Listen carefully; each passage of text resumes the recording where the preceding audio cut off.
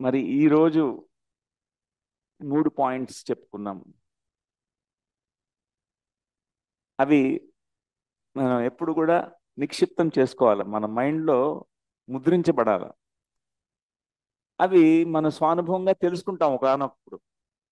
ఇప్పుడు చాలా మందికి తెలుసు ఆ విషయం, కానీ తెలియకపోయినప్పటికీ ఒకానప్పుడు మన ధ్యానానుభవాలే మనకి నేర్పిస్తుంది ఈ విషయాన్ని. Nothing happens by chance, everything happens by choice. ఏది లలాట లిఖితం కాదు. మనం ఈ భూమండలం మీద ప్రతి ఒక్కటి స్వీయ ఎంపికలే. ఈ విషయం మనం ఎప్పుడూ గుర్తుపెట్టుకోవాలి. ప్రతి ఒక్కటి స్వీయ ఎంపికే. అప్పుడు మనం ఎవరిని నిందించము, ఎందుకంటే మన ఎంపికే కదా. మనం ఎంచుకుని కుటుంబంలో వచ్చాం, మనం ఎందుకు బ్లేమ్ చేస్తాం, మనం ఎందుకు నిందిస్తాము? నిందించం. నిందించడం బదులు మనం ఏం చేస్తాము? అభినందిస్తాము. అభినందనం అనేది అప్రిసియేషన్. అభినందిస్తాము. మన పుట్టుకునే మనము నిందించుకుంటూ ఉంటే మన ఏ విధంగా మన ఆత్మ ప్రణాళికకి మనం అలైన్ అవుతాము? మనం ఎప్పుడు కూడా నిందలు వేయకుండా అభినందించడం నేర్చుకుందాం.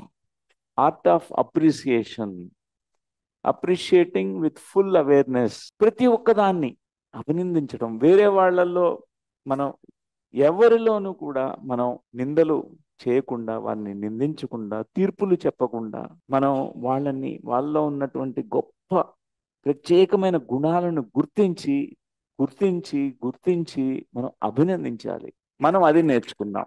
ఇది చాలా ఇంపార్టెంట్. ప్రతి ఒక్కటి భూమండలంలో మానవ సంబంధాల గురించే.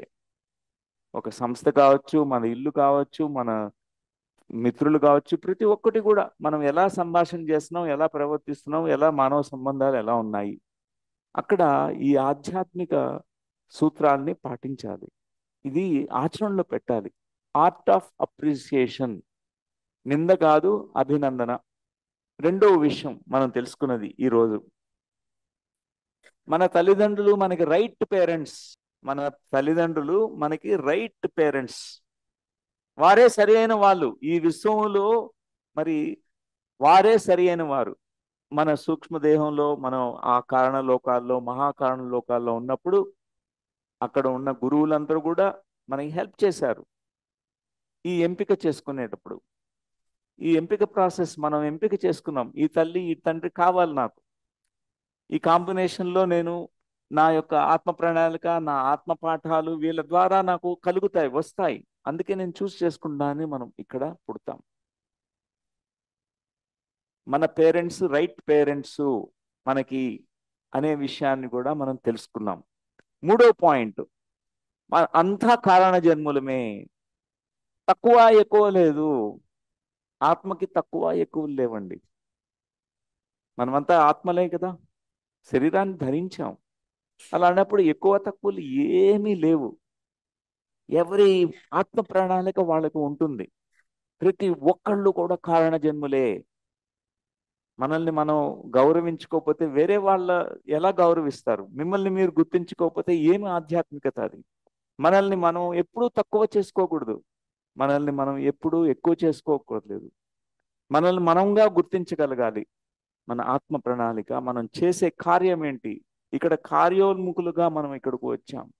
మనం ఏ ఆత్మ ప్రణాళిక ఉందో, ఏ ఆత్మ పాఠాలు నేర్చుకోవాలనుకుని వచ్చామో అవి ఖచ్చితంగా నేర్చుకుని తీరాల్సిందే.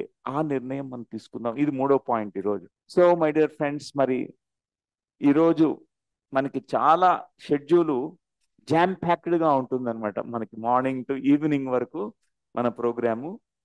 సో మన వన్యమైత్రేయ కావచ్చు, మన యొక్క అంతర్శిశువు ప్రోగ్రాం కావచ్చు, తర్వాత మన బర్త్డే సెలబ్రేషన్స్ కావచ్చు. ఎందుకంటే ఇది మనందరి బర్త్డేనే.